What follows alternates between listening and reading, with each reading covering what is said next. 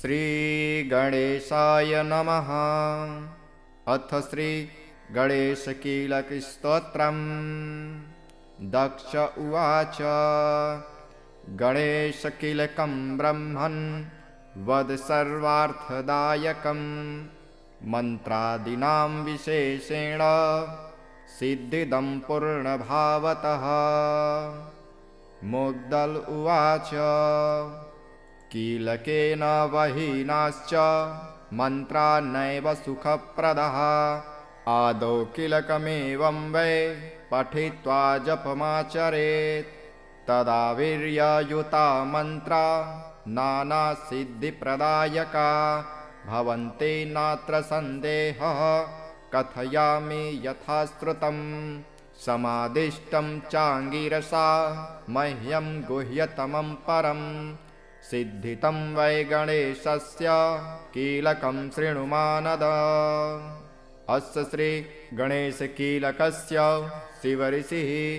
अनुष्टुप् छन्दः। श्रीगणपतिर्देवता। ॐ गं योगाव स्वाहा। ॐ गं बीजं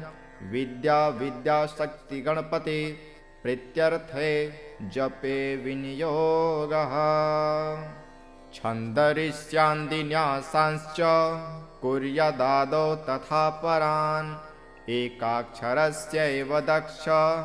षडङ्गानाचरेत् सुधिः।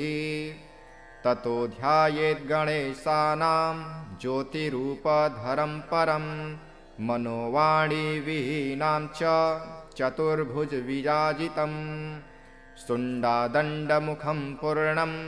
द्रष्टुं नैव पशक्यते, विद्यासमायुक्तं विभूतिभिरुपासितम्। एवं ध्यात्वा गणेशानं मानसः पूजयेत् पृथक्, पञ्चोपचारकैर्दक्ष ततो जपं समाचरेत्। 21वारं तु जपं कुर्यात् प्रजापते, ततः स्तोत्रं समुच्चार्य पश्चात् सर्वं समाचरेत्। रूपं बलं श्रियं देहि यशो वीर्यं गजाननं, मेधां प्रज्ञां तथा कीर्तिं विघ्नराज नमोऽस्तु ते। यदा देवादयः सर्वे कुण्ठिता दैत्यपःकृताः, तथा त्वं तान् निहस्त्यं स्म करोषि वीर्यसंयुतान्। तथा मन्त्रा गणेशाना कुण्ठिताश्च दुरात्मभिः, शापश्च सवीर्यास्ते कुरुस्व तं नमो नमः। शक्तयः कुण्ठिता सार्वः स्मरणेन त्वया प्रभो, ज्ञानयुक्ताः सवीर्याश्च कृता विघ्नेश ते नमः। चराचरं जगत्सर्वं सत्ताहीनं यदा भवेत्, त्वया सत्तायुतं ढुण्डे स्मरणेन कृतं च ते। तत्त्वानि वीर्यहीनानि यदा जातानि विघ्नप, स्मृत्या वे वीर्ययुक्तानि पुनर्जातानि ते नमः। ब्रह्माणि योगहीनानि जातानि स्मरणेन ते, यदा पुनर्गणेशाना योगयुक्तानि ते नमः। इत्यादि विविधं सर्वं स्मरणेन च ते प्रभो, शक्तायुक्तं बभूवैव विघ्नेशाय नमो नमः। तथा मन्त्रा गणेशान वीर्यहीना बभूविरे, स्मरणेन पुनर्ढुण्डे वीर्ययुक्तान् कुरुष्व ते। सर्वशक्ता समायुक्तं मन्त्रपूजादिकं प्रभो, मम नाम्ना भवतु ते वक्रतुण्डाय ते नमः। उत्कीलय महामन्त्रान् जपे स्तोत्रपाठतः, सर्वसिद्धिप्रदा मन्त्रा भवन्तु तत्प्रसादतः। गणेशाय नमस्तुभ्यं हेरम्बायैकदन्तिने, स्वानन्दवासिने तुभ्यं ब्रह्मणस्य तये नमः। गणेशकीलकमिदं कथितं ते प्रजापते, शिवप्रोक्तं तु मन्त्राणाम् उत्कीलनकरं परम् यः पठिष्यति भावेन जप्त्वा ते मन्त्रमुत्तमम् स सर्वसिद्धिमाप्नोति नानामन्त्रसमुद्भवाम् एनं त्यक्त्वा गणेशस्य मन्त्रं जपति नित्यदा स सर्वफलहीनश्च जायते नात्र संशयः सर्वसिद्धिप्रदं प्रोक्तं कीलकं परमाद्भुतं पुराणेन स्वयं शम्भुर्मन्त्रजां सिद्धिमालभत् विष्णुब्रह्मादयो देवा मुनयो योगिनः परे अनेन मन्त्रसिद्धिं ते लेभिरे च प्रजापते एलः कीलकमाद्यं वै कृष्ट्वा मन्त्रपरायणः गतः स्वाननं कुर्यात् स भक्तराजो बभूवः सस्त्रिको जडदेहेन ब्रह्माण्डमवलोक्य तु गणेशदर्शनेनैव ज्योतिरूपो बभूवः एलो जडशरीरस्थः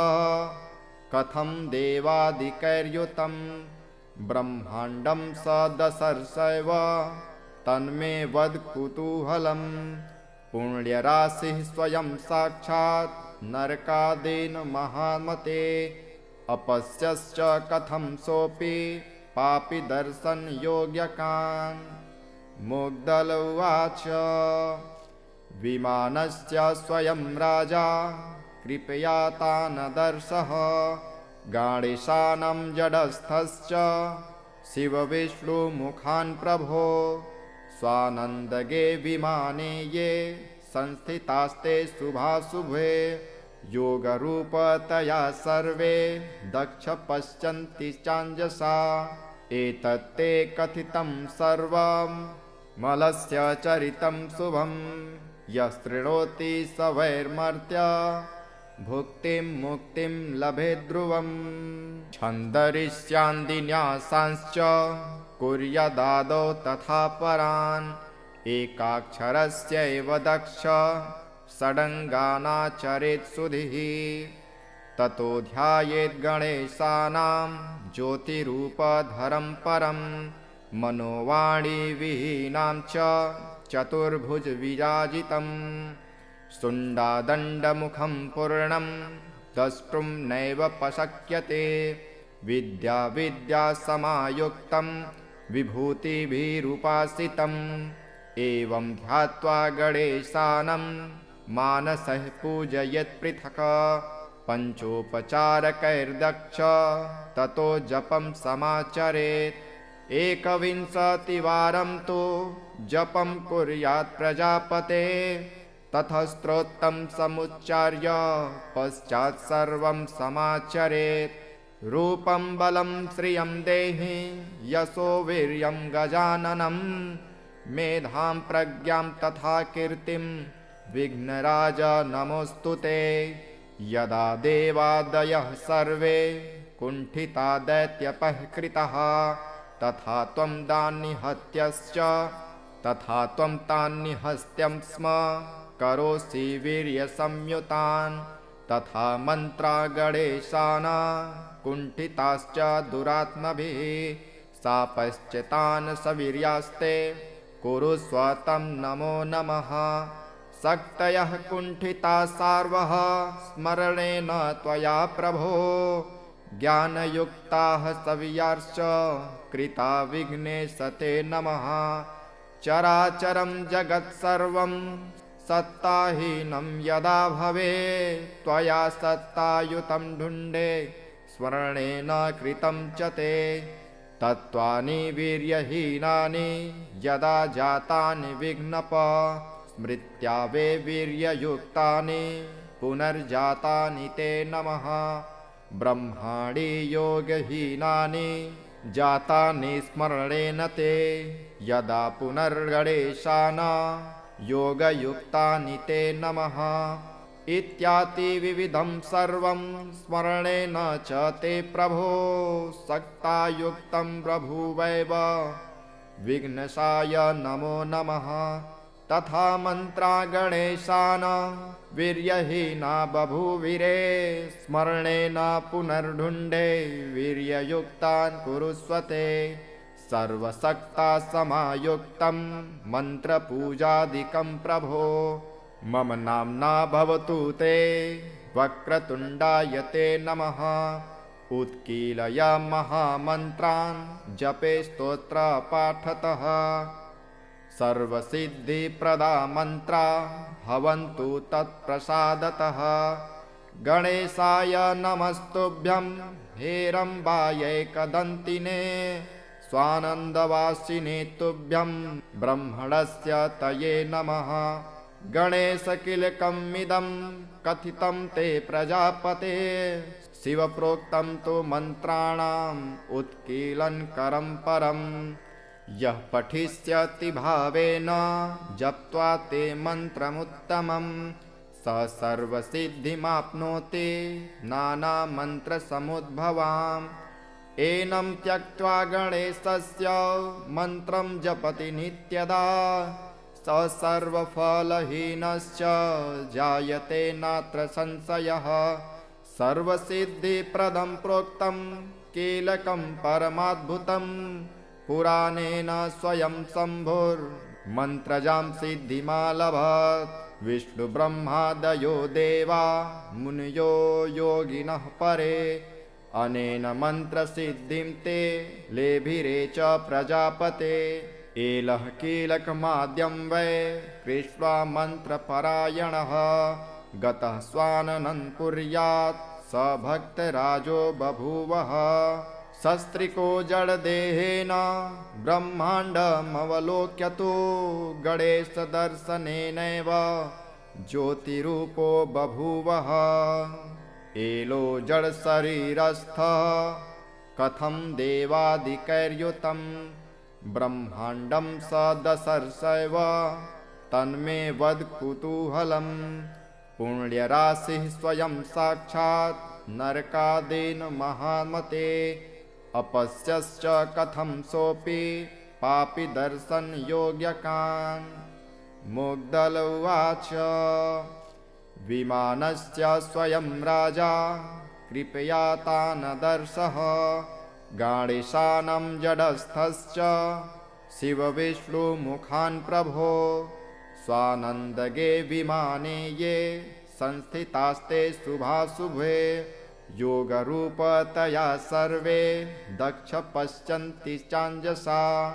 एतत्ते कथितं सर्वं मलस्य चरितं शुभं यः शृणोति स वैर्मर्त्य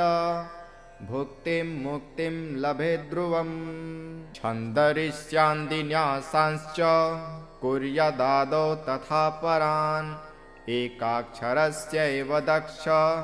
षडङ्गानाचरेत् सुधिः ततो ध्यायेत् गणेशानां ज्योतिरूपधरं परं मनोवाणीविहीनां च चतुर्भुजविराजितं शुण्डादण्डमुखं पूर्णं द्रष्टुं नैव पशक्यते विद्यासमायुक्तं विभूतिभिरुपासितम् एवं ध्यात्वा गणेशानं मानसः पूजयेत् पृथक् पञ्चोपचारकैर्दक्ष ततो जपं समाचरेत् 21वारं तु जपं कुर्यात् प्रजापते ततः स्तोत्रं समुच्चार्य पश्चात् सर्वं समाचरेत् रूपं बलं श्रियं देहि यशो वीर्यं गजाननं मेधां प्रज्ञां तथा कीर्तिं विघ्नराज नमोऽस्तु ते यदा देवादयः सर्वे कुण्ठिता दैत्यपःकृताः तथा त्वं दान्निहत्यश्च तथा त्वं तान्निहस्त्यं स्म करोषि वीर्यसंयुतान् तथा मन्त्रा गणेशानां कुण्ठिताश्च दुरात्मभिः शापश्चितान् सवीर्यास्ते कुरुष्व तं नमो नमः शक्तयः कुण्ठिता सार्वः स्मरणेन त्वया प्रभो ज्ञानयुक्ताः सवीर्याश्च कृता विघ्नेश ते नमः चराचरं जगत्सर्वं सत्ताहीनं यदा भवेत् त्वया सत्तायुतं ढुण्डे स्मरणेन कृतं च ते तत्त्वानि वीर्यहीनानि यदा जातानि विघ्नप स्मृत्या वे वीर्ययुक्तानि पुनर्जातानि ते नमः ब्रह्माणि योगहीनानि जातानि स्मरणेन ते यदा पुनर्गणेशान् योगयुक्तानि ते नमः इत्याति विविधं सर्वं स्मरणेन च ते प्रभो सक्तायुक्तं बभूवैव विघ्नशाय नमो नमः तथा मन्त्रा गणेशान् वीर्यहीना बभूविरे स्मरणेन पुनर्ढुण्डे वीर्ययुक्तान् कुरुष्वते सर्वसक्ता समायुक्तं मन्त्रपूजादिकं प्रभो मम नाम्ना भवतु ते वक्रतुण्डाय ते नमः उत्कीलय महामन्त्रान् जपे स्तोत्रपाठतः सर्वसिद्धिप्रदा मन्त्रा भवन्तु तत्प्रसादतः गणेशाय नमस्तुभ्यं हेरम्बायैकदन्तिने स्वानन्दवासिने तुभ्यं ब्रह्मणस्य तये नमः गणेशकिलकमिदं कथितं ते प्रजापते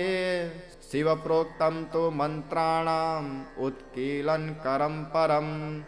यः पठिष्यति भावेन जप्त्वा ते मन्त्रमुत्तमं स सर्वसिद्धिमाप्नोति नानामन्त्रसमुद्भवाम् एनं त्यक्त्वा गणेशस्य मन्त्रं जपति नित्यदा स सर्वफलहीनश्च जायते नात्र संशयः सर्वसिद्धिप्रदं प्रोक्तं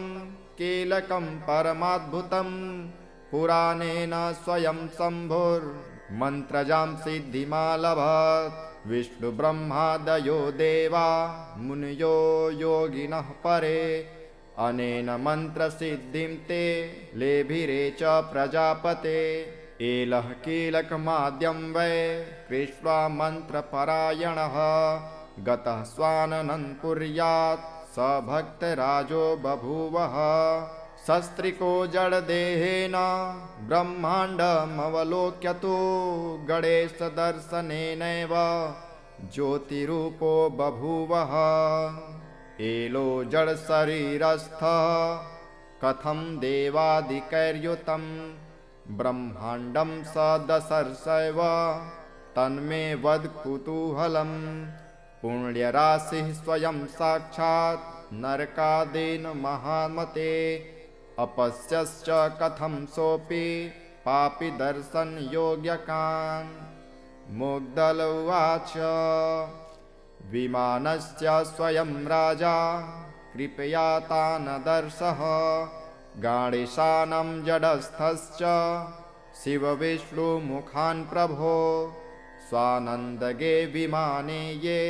संस्थितास्ते शुभाशुभे योगरूपतया सर्वे दक्ष पश्यन्ति चाञ्जसा एतत्ते कथितं सर्वं मलस्य चरितं शुभं यः शृणोति स वैर्मर्त्य भुक्तिं मुक्तिं लभेत् ध्रुवम् छन्दरिष्यान्दिन्यासांश्च कुर्यादादौ तथा परान् एकाक्षरस्यैव दक्ष षडङ्गानाचरेत् सुधिः ततो ध्यायेत् गणेशानां ज्योतिरूपधरं परं मनोवाणीविहीनां च चतुर्भुजविराजितं शुण्डादण्डमुखं पूर्णं द्रष्टुं नैव पशक्यते विद्यासमायुक्तं विभूतिभिरुपासितम् एवं ध्यात्वा गणेशानं मानसः पूजयेत् पृथक् पञ्चोपचारकैर्दक्ष ततो जपं समाचरेत् एकविंशतिवारं तु जपं कुर्यात् प्रजापते ततः स्तोत्रं समुच्चार्य पश्चात् सर्वं समाचरेत् रूपं बलं श्रियं देहि यशो वीर्यं गजाननं मेधां प्रज्ञां तथा कीर्तिं विघ्नराज नमोऽस्तु ते। यदा देवादयः सर्वे कुण्ठिता दैत्यपः कृताः तथा त्वं तान् निहस्त्यं स्म करोषि वीर्यसंयुतान्। तथा मन्त्रा गणेशाना कुण्ठिताश्च दुरात्मभिः शापश्चितान् सवीर्यास्ते कुरुस्व तं नमो नमः। शक्तयः कुण्ठिता सार्वः स्मरणेन त्वया प्रभो ज्ञानयुक्ताः सवीर्याश्च कृता विघ्नेश ते नमः। चराचरं जगत्सर्वं सत्ताहीनं यदा भवेत् त्वया सत्तायुतं ढुण्डे स्मरणेन कृतं च ते। तत्त्वानि वीर्यहीनानि यदा जातानि विघ्नप स्मृत्या वे वीर्ययुक्तानि पुनर्जातानि ते नमः। ब्रह्माणि योगहीनानि जातानि स्मरणेन ते यदा पुनर्गणेशान् योगयुक्तानि ते नमः। इत्याति विविधं सर्वं स्मरणेन च ते प्रभो सक्तायुक्तं बभूवैव विघ्नशाय नमो नमः। तथा मन्त्रा गणेशान् वीर्यहीना बभूविरे स्मरणेन पुनर्ढुण्डे वीर्ययुक्तान् कुरुस्व ते। सर्वशक्ता समायुक्तं मन्त्रपूजादिकं प्रभो मम नाम्ना भवतु ते। वक्रतुण्डाय ते नमः। उत्कीलय महामन्त्रान् जपे स्तोत्रपाठतः सर्वसिद्धिप्रदा मन्त्रा भवन्तु तत्प्रसादतः। गणेशाय नमस्तुभ्यं हेरम्बायैकदन्तिने स्वानन्दवासिने तुभ्यं ब्रह्मणस्य तये नमः। गणेशकिलकमिदं कथितं ते प्रजापते शिवप्रोक्तं तु मन्त्राणाम् उत्कीलनकरं परम्। यः पठिष्यति भावेन जप्त्वा ते मन्त्रमुत्तमं स सर्वसिद्धिमाप्नोति नानामन्त्रसमुद्भवाम्। एनं त्यक्त्वा गणेशस्य मन्त्रं जपति नित्यदा स सर्वफलहीनश्च जायते नात्र संशयः। सर्वसिद्धिप्रदं प्रोक्तं कीलकं परमाद्भुतं पुराणेन स्वयं शम्भुर्मन्त्रजां सिद्धिमालभत्। विष्णुब्रह्मादयो देवा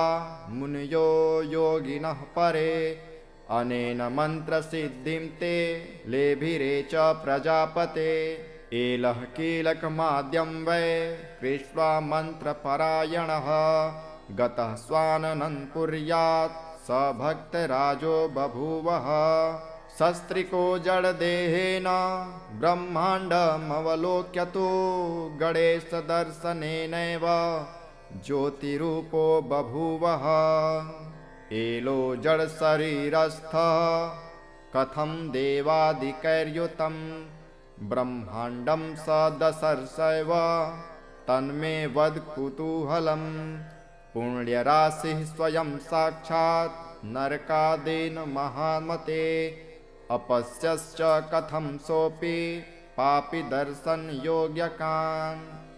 मुग्धल उवाच विमानस्य स्वयं राजा कृपया तानदर्शः गणेशानं जडस्थश्च शिवविष्णुमुखान् प्रभो। स्वानन्दगे विमाने ये संस्थितास्ते शुभाशुभे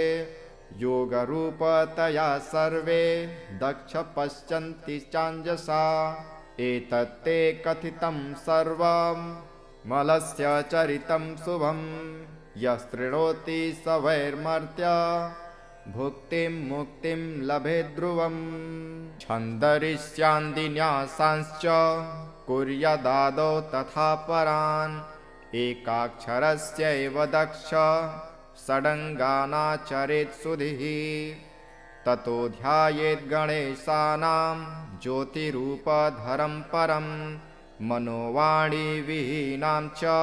चतुर्भुजविराजितं शुण्डादण्डमुखं पूर्णं द्रष्टुं नैव पशक्यते विद्यासमायुक्तं विभूतिभिरुपासितम् एवं ध्यात्वा गणेशानं मानसः पूजयेत् पृथक् पञ्चोपचारकैर्दक्ष ततो जपं समाचरेत् 21वारं तु जपं कुर्यात् प्रजापते ततः स्तोत्रं समुच्चार्य पश्चात् सर्वं समाचरेत् रूपं बलं श्रियं देहि यशो वीर्यं गजाननं मेधां प्रज्ञां तथा कीर्तिं विघ्नराज नमोऽस्तु ते यदा देवादयः सर्वे कुण्ठिता दैत्यपःकृताः तथा त्वं तान्निहत्यं स्म करोषि वीर्यसंयुतान् तथा मन्त्रा गणेशाना कुण्ठिताश्च दुरात्मभिः सापश्चितान् सवीर्यास्ते कुरुस्व तं नमो नमः शक्तयः कुण्ठिता सार्वः स्मरणेन त्वया प्रभो ज्ञानयुक्ताः सवीर्याश्च कृता विघ्नेश ते नमः चराचरं जगत्सर्वं सत्ताहीनं यदा भवेत् त्वया सत्तायुतं ढुण्डे स्मरणेन कृतं च ते तत्त्वानि वीर्यहीनानि यदा जातानि विघ्नप स्मृत्या वे वीर्ययुक्तानि पुनर्जातानि ते नमः ब्रह्माणि योगहीनानि जातानि स्मरणेन ते यदा पुनर्गणेशाना योगयुक्तानि ते नमः इत्याति विविधं सर्वं स्मरणेन च ते प्रभो सक्तायुक्तं बभूवैव विघ्नशाय नमो नमः तथा मन्त्रा गणेशान वीर्यहीना बभूविरे स्मरणेन पुनर्ढुण्डे वीर्ययुक्तान् कुरुस्वते सर्वशक्ता समायुक्तं मन्त्रपूजादिकं प्रभो मम नाम्ना भवतु ते वक्रतुण्डाय ते नमः उत्कीलय महामन्त्रान् जपे स्तोत्रपाठतः सर्वसिद्धिप्रदा मन्त्रा भवन्तु तत्प्रसादतः गणेशाय नमस्तुभ्यं हेरम्बायैकदन्तिने स्वानन्दवासिने तुभ्यं ब्रह्मणस्य तये नमः गणेशकिलकमिदं कथितं ते प्रजापते शिवप्रोक्तं तु मन्त्राणाम् उत्कीलनकरं परं यः पठिष्यति भावेन जप्त्वा ते मन्त्रमुत्तमं स सर्वसिद्धिमाप्नोति नानामन्त्रसमुद्भवाम् एनं त्यक्त्वा गणेशस्य मन्त्रं जपति नित्यदा स सर्वफलहीनश्च जायते नात्र संशयः सर्वसिद्धिप्रदं प्रोक्तं कीलकं परमाद्भुतं पुराणेन स्वयं शम्भुर्मन्त्रजां सिद्धिमालभत् विष्णुब्रह्मादयो देवा मुनयो योगिनः परे अनेन मन्त्रसिद्धिं ते लेभिरे च प्रजापते एलः कीलकमाद्यं वै कृष्ट्वा मन्त्रपरायणः गतः स्वाननं कुर्यात् स भक्तराजो बभूवः सस्त्रिको जडदेहेन ब्रह्माण्डमवलोक्यतो गणेशदर्शनेनैव ज्योतिरूपो बभूवः एलो जडशरीरस्थः कथं देवादिकैर्युतं ब्रह्माण्डं स दशर्षैव तन्मे वद कुतूहलं पुण्यराशिः स्वयं साक्षात् नरकादेन महामते अपश्यश्च कथं सोऽपि पापि दर्शनयोग्यकान् मुग्धल उवाच विमानस्य स्वयं राजा कृपयातानदर्शः गणेशानां जडस्थश्च शिवविष्णुमुखान् प्रभो स्वानन्दगे विमाने ये संस्थितास्ते शुभाशुभे योगरूपतया सर्वे दक्ष पश्यन्ति चाञ्जसा एतत्ते कथितं सर्वं मलस्य चरितं शुभं यः शृणोति स वैर्मर्त्य भुक्तिं मुक्तिं लभेत् ध्रुवम् छन्दरिष्यान्दिन्यासांश्च कुर्यादादौ तथा परान् एकाक्षरस्यैव दक्ष षडङ्गानाचरेत् सुधिः ततो ध्यायेत् गणेशानां ज्योतिरूपधरं परं मनोवाणीविहीनां च चतुर्भुजविराजितं शुण्डादण्डमुखं पूर्णं द्रष्टुं नैव पशक्यते विद्यासमायुक्तं विभूतिभिरुपासितम्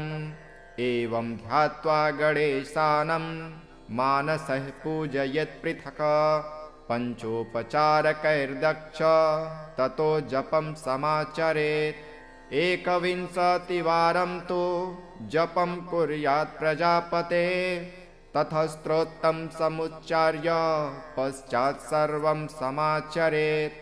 रूपं बलं श्रियं देहि यशो वीर्यं गजाननं मेधां प्रज्ञां तथा कीर्तिं विघ्नराज नमोऽस्तु ते यदा देवादयः सर्वे कुण्ठिता दैत्यपःकृताः तथा त्वं दान्निहत्यश्च तथा त्वं तान् निहस्त्यं स्म करोषि वीर्यसंयुतान् तथा मन्त्रा गणेशाना कुण्ठिताश्च दुरात्मभिः शापश्चितान् सवीर्यास्ते कुरुस्व तं नमो नमः शक्तयः कुण्ठिता सार्वः स्मरणेन त्वया प्रभो ज्ञानयुक्ताः सवीर्याश्च कृता विघ्नेश ते नमः चराचरं जगत्सर्वं सत्ताहीनं यदा भवेत् त्वया सत्तायुतं ढुण्डे स्मरणेन कृतं च ते तत्त्वानि वीर्यहीनानि यदा जातानि विघ्नप स्मृत्या वे वीर्ययुक्तानि पुनर्जातानि ते नमः ब्रह्माणि योगहीनानि जातानि स्मरणेन ते यदा पुनर्गणेशाना योगयुक्तानि ते नमः इत्यादि विविधं सर्वं स्मरणेन च ते प्रभो सक्तायुक्तं बभूवैव विघ्नसाय नमो नमः तथा मन्त्रा गणेशान वीर्यहीना बभूविरे स्मरणेन पुनर्ढुण्डे वीर्ययुक्तान् कुरुस्वते सर्वशक्ता समायुक्तं मन्त्रपूजादिकं प्रभो मम नाम्ना भवतु ते वक्रतुण्डाय ते नमः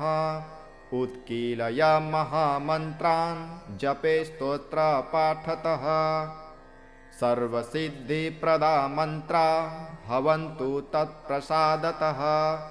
गणेशाय नमस्तुभ्यं हेरम्बायैकदन्तिने स्वानन्दवासिने तुभ्यं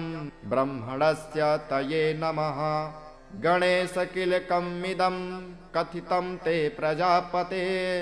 शिवप्रोक्तं तु मन्त्राणाम् उत्कीलनकरं परम् यः पठिष्यति भावेन जप्त्वा ते मन्त्रमुत्तमं स सर्वसिद्धिमाप्नोति नानामन्त्रसमुद्भवाम् एनं त्यक्त्वा गणेशस्य मन्त्रं जपति नित्यदा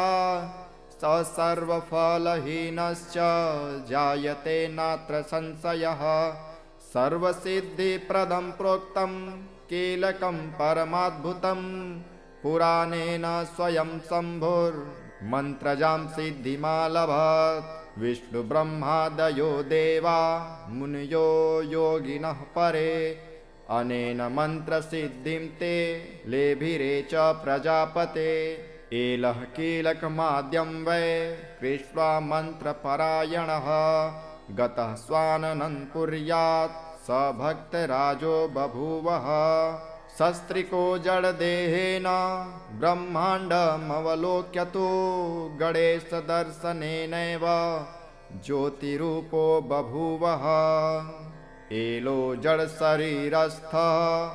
कथं देवादिकैर्युतं ब्रह्माण्डं स दशर्षैव तन्मे वद कुतूहलम्। पुण्यराशिः स्वयं साक्षात् नरकादीन महामते अपश्यश्च कथं सोऽपि पापि दर्शन योग्यकान्। मुग्धल उवाच विमानस्य स्वयं राजा कृपया तानदर्शः गणेशानं जडस्थश्च शिवविष्णुमुखान् प्रभो। स्वानन्दगे विमाने ये संस्थितास्ते शुभाशुभे योगरूपतया सर्वे दक्ष पश्यन्ति चाञ्जसा। एतत्ते कथितं सर्वं मलस्य चरितं शुभं यस्तृणोति स वैर्मर्त्य भुक्तिं मुक्तिं लभेत् ध्रुवम्। छन्दरिष्यान्दिन्यासांश्च कुर्यादादौ तथा परान् एकाक्षरस्यैव दक्ष षडङ्गानाचरेत् सुधिः। ततो ध्यायेत् गणेशानां ज्योतिरूपधरं परं मनोवाणीविहीनां च चतुर्भुजविराजितं। शुण्डादण्डमुखं पूर्णं द्रष्टुं नैव पशक्यते विद्यासमायुक्तं विभूतिभिरुपासितम्। एवं ध्यात्वा गणेशानं मानसः पूजयेत् पृथक् पञ्चोपचारकैर्दक्ष ततो जपं समाचरेत्। 21वारं तु जपं कुर्यात् प्रजापते ततः स्तोत्रं समुच्चार्य पश्चात् सर्वं समाचरेत्। रूपं बलं श्रियं देहि यशो वीर्यं गजाननं मेधां प्रज्ञां तथा कीर्तिं विघ्नराज नमोऽस्तु ते। यदा देवादयः सर्वे कुण्ठिता दैत्यपःकृताः तथा त्वं तान्निहत्यं स्म करोषि वीर्यसंयुतान्। तथा मन्त्रा गणेशाना कुण्ठिताश्च दुरात्मभिः शापश्चितान् सवीर्यास्ते कुरुस्व तं नमो नमः। शक्तयः कुण्ठिता सार्वः स्मरणेन त्वया प्रभो ज्ञानयुक्ताः सवीर्याश्च कृता विघ्नेश ते नमः। चराचरं जगत्सर्वं सत्ताहीनं यदा भवेत् त्वया सत्तायुतं ढुण्डे स्मरणेन कृतं च ते। तत्त्वानि वीर्यहीनानि यदा जातानि विघ्नप स्मृत्या वे वीर्ययुक्तानि पुनर्जातानि ते नमः। ब्रह्माणि योगहीनानि जातानि स्मरणेन ते यदा पुनर्गणेशान् योगयुक्तानि ते नमः। इत्याति विविधं सर्वं स्मरणेन च ते प्रभो सक्तायुक्तं बभूवैव विघ्नसाय नमो नमः। तथा मन्त्रा गणेशान् वीर्यहीना बभूविरे स्मरणेन पुनर्ढुण्डे वीर्ययुक्तान् कुरुस्व ते। सर्वशक्ता समायुक्तं मन्त्रपूजादिकं प्रभो मम नाम्ना भवतु ते। वक्रतुण्डाय ते नमः। उत्कीलय महामन्त्रान् जपे स्तोत्रपाठतः सर्वसिद्धिप्रदा मन्त्रा भवन्तु तत्प्रसादतः। गणेशाय नमस्तुभ्यं हेरम्बायैकदन्तिने स्वानन्दवासिने तुभ्यं ब्रह्मणस्य तये नमः। गणेशकिलकमिदं कथितं ते प्रजापते शिवप्रोक्तं तु मन्त्राणाम् उत्कीलनकरं परम् यः पठिष्यति भावेन जप्त्वा ते मन्त्रमुत्तमम् स सर्वसिद्धिमाप्नोति नानामन्त्रसमुद्भवाम् एनं त्यक्त्वा गणेशस्य मन्त्रं जपति नित्यदा स सर्वफलहीनश्च जायते नात्र संशयः सर्वसिद्धिप्रदं प्रोक्तं कीलकं परमाद्भुतम् पुराणेन स्वयं शम्भुर्मन्त्रजां सिद्धिमालभत् विष्णुब्रह्मादयो देवा मुनयो योगिनः परे अनेन मन्त्रसिद्धिं ते लेभिरे च प्रजापते एलः कीलकमाद्यं वै कृष्ट्वा मन्त्रपरायणः गतः स्वाननं कुर्यात् स भक्तराजो बभूवः सस्त्रिको जडदेहेन ब्रह्माण्डमवलोक्यतो गणेशदर्शनेनैव ज्योतिरूपो बभूवः एलो जडशरीरस्थः कथं देवादिकैर्युतं ब्रह्माण्डं स दशर्षैव तन्मे वद कुतूहलम् पुण्यराशिः स्वयं साक्षात् नरकादेन महामते अपश्यश्च कथं सोऽपि पापि दर्शनयोग्यकान् मुग्धल उवाच विमानस्य स्वयं राजा कृपया तानदर्शः गणेशानं जडस्थश्च शिवविष्णुमुखान् प्रभो स्वानन्दगे विमाने ये संस्थितास्ते शुभाशुभे योगरूपतया सर्वे दक्ष पश्यन्ति चाञ्जसा एतत्ते कथितं सर्वं मलस्य चरितं शुभं यः शृणोति स वैर्मर्त्य भुक्तिं मुक्तिं लभेत् ध्रुवम् छन्दरिष्यान्दिन्यासांश्च कुर्यादादौ तथा परान् एकाक्षरस्यैव दक्ष षडङ्गानाचरेत् सुधिः ततो ध्यायेत् गणेशानां ज्योतिरूपधरं परं मनोवाणीविहीनां च चतुर्भुजविराजितं शुण्डादण्डमुखं पूर्णं द्रष्टुं नैव पशक्यते विद्यासमायुक्तं विभूतिभिरुपासितम् एवं ध्यात्वा गणेशानं मानसः पूजयेत् पृथक् पञ्चोपचारकैर्दक्ष ततो जपं समाचरेत् एकविंशतिवारं तु जपं कुर्यात् प्रजापते ततः स्तोत्रं समुच्चार्य पश्चात् सर्वं समाचरेत् रूपं बलं श्रियं देहि यशो वीर्यं गजाननम् मेधां प्रज्ञां तथा कीर्तिं विघ्नराज नमोऽस्तु ते यदा देवादयः सर्वे कुण्ठिता दैत्यपःकृताः तथा त्वं दान्निहत्यश्च तथा त्वं तान्निहस्त्यं स्म करोषि वीर्यसंयुतान् तथा मन्त्रा गणेशाना कुण्ठिताश्च दुरात्मभिः शापश्चितान् सवीर्यास्ते कुरुस्व तं नमो नमः शक्तयः कुण्ठिता सार्वः स्मरणेन त्वया प्रभो ज्ञानयुक्ताः सवीर्याश्च कृता विघ्नेश ते नमः चराचरं जगत्सर्वं सत्ताहीनं यदा भवेत् त्वया सत्तायुतं ढुण्डे स्मरणेन कृतं च ते तत्त्वानि वीर्यहीनानि यदा जातानि विघ्नप स्मृत्या वे वीर्ययुक्तानि पुनर्जातानि ते नमः ब्रह्माणि योगहीनानि जातानि स्मरणेन ते यदा पुनर्गणेशाना योगयुक्तानि ते नमः इत्याति विविधं सर्वं स्मरणेन च ते प्रभो सक्तायुक्तं प्रभुवैव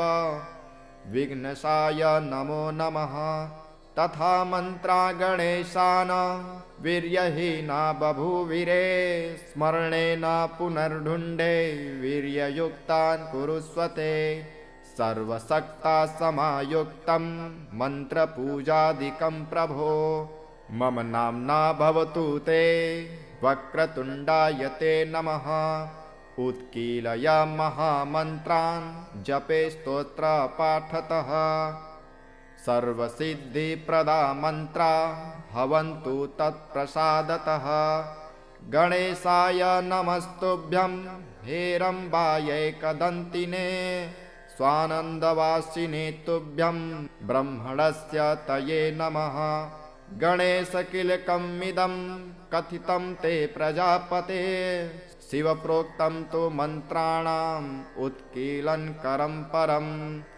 यः पठिष्यति भावेन जप्त्वा ते मन्त्रमुत्तमं स सर्वसिद्धिमाप्नोति नानामन्त्रसमुद्भवाम्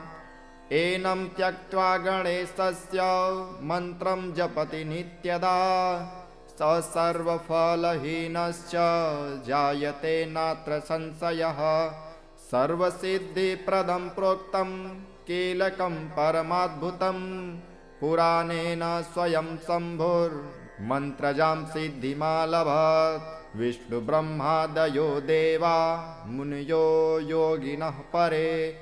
अनेन मन्त्रसिद्धिं ते लेभिरे च प्रजापते एलः कीलकमाद्यं वै कृष्वा मन्त्रपरायणः गतः स्वाननं कुर्यात् स भक्तराजो बभूवः सस्त्रिको जडदेहेन ब्रह्माण्डमवलोक्यतो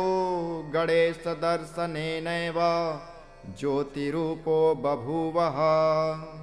एलो जडशरीरस्थः कथं देवादिकैर्युतं ब्रह्माण्डं स दशर्षैव तन्मे वद कुतूहलम् पुण्यराशिः स्वयं साक्षात् नरकादेन महामते अपश्यश्च कथं सोऽपि पापि दर्शनयोग्यकान् मुग्धल उवाच विमानस्य स्वयं राजा कृपया तान् दर्शः गणेशानं जडस्थश्च शिवविष्णुमुखान् प्रभो स्वानन्दगे विमाने ये संस्थितास्ते शुभाशुभे योगरूपतया सर्वे दक्ष पश्यन्ति चाञ्जसा एतत्ते कथितं सर्वं मलस्य चरितं शुभं यः शृणोति स वैर्मर्त्य भुक्तिं मुक्तिं लभेत् ध्रुवम् छन्दरिष्यान्दिन्यासांश्च कुर्यादादौ तथा परान् एकाक्षरस्यैव दक्ष षडङ्गानाचरेत् सुधिः ततो ध्यायेत् गणेशानां ज्योतिरूपधरं परं मनोवाणीविहीनां च चतुर्भुजविराजितं शुण्डादण्डमुखं पूर्णं द्रष्टुं नैव पशक्यते विद्यासमायुक्तं विभूतिभिरुपासितम् एवं ध्यात्वा गणेशानं मानसः पूजयेत् पृथक् पञ्चोपचारकैर्दक्ष ततो जपं समाचरेत् एकविंशतिवारं तु जपं कुर्यात् प्रजापते ततः स्तोत्रं समुच्चार्य पश्चात् सर्वं समाचरेत् रूपं बलं श्रियं देहि यशो वीर्यं गजाननं मेधां प्रज्ञां तथा कीर्तिं विघ्नराज नमोऽस्तु ते यदा देवादयः सर्वे कुण्ठिता दैत्यपः तथा त्वं दान्निहत्यश्च तथा त्वं तान्निहस्त्यं स्म करोषि वीर्यसंयुतान् तथा मन्त्रा गणेशाना कुण्ठिताश्च दुरात्मभिः शापश्चितान् सवीर्यास्ते कुरुष्व तं नमो नमः शक्तयः कुण्ठिता सार्वः स्मरणेन त्वया प्रभो ज्ञानयुक्ताः सवीर्याश्च कृता विघ्नेश ते नमः चराचरं जगत्सर्वं सत्ताहीनं यदा भवेत् त्वया सत्तायुतं ढुण्डे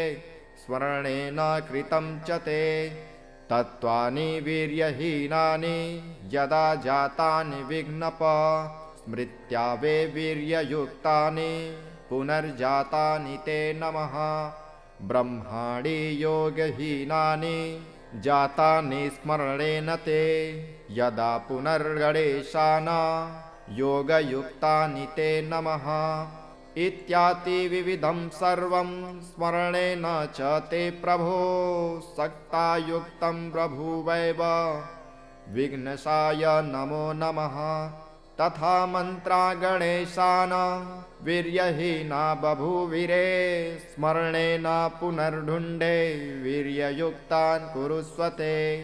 सर्वसक्ता समायुक्तं मन्त्रपूजादिकं प्रभो मम नाम्ना भवतु ते वक्रतुण्डाय ते नमः उत्कीलय महामन्त्रान् जपे स्तोत्रपाठतः सर्वसिद्धिप्रदा मन्त्रा भवन्तु तत्प्रसादतः गणेशाय नमस्तुभ्यं हेरम्बायैकदन्तिने स्वानन्दवासिने तुभ्यं ब्रह्मणस्य तये नमः गणेशकिलकमिदं कथितं ते प्रजापते शिवप्रोक्तं तु मन्त्राणाम् उत्कीलनकरं परं यः पठिष्यति भावेन जप्त्वा ते मन्त्रमुत्तमं स सर्वसिद्धिमाप्नोति नानामन्त्रसमुद्भवाम् एनं त्यक्त्वा गणेशस्य मन्त्रं जपति नित्यदा स सर्वफलहीनश्च जायते नात्र संशयः सर्वसिद्धिप्रदं प्रोक्तं कीलकं परमाद्भुतं पुराणेन स्वयं शम्भुर्मन्त्रजां सिद्धिमालभत् विष्णुब्रह्मादयो देवा मुनयो योगिनः परे अनेन मन्त्रसिद्धिं ते लेभिरे च प्रजापते एलः कीलकमाद्यं वै कृष्ट्वा मन्त्रपरायणः गतः स्वाननं कुर्यात् स भक्तराजो बभूवः सस्त्रिको जडदेहेन ब्रह्माण्डमवलोक्यतो गणेशदर्शनेनैव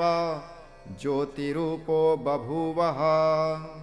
एलो जडशरीरस्थः कथं देवादिकैर्युतं ब्रह्माण्डं स दशर्षैव तन्मे वद कुतूहलं पुण्यराशिः स्वयं साक्षात् नरकादेन महामते अपश्यश्च कथं सोऽपि पापि दर्शनयोग्यकान् मुग्धल उवाच विमानस्य स्वयं राजा कृपया तानदर्शः गणेशानं जडस्थश्च शिवविष्णुमुखान् प्रभो स्वानन्दगे विमाने ये संस्थितास्ते शुभाशुभे योगरूपतया सर्वे दक्ष पश्यन्ति चाञ्जसा एतत्ते कथितं सर्वं मलस्य चरितं शुभं यस्तृणोति स वैर्मर्त्य भुक्तिं मुक्तिं लभेत् ध्रुवम् इति श्री गणेशकीलकस्तोत्रम्।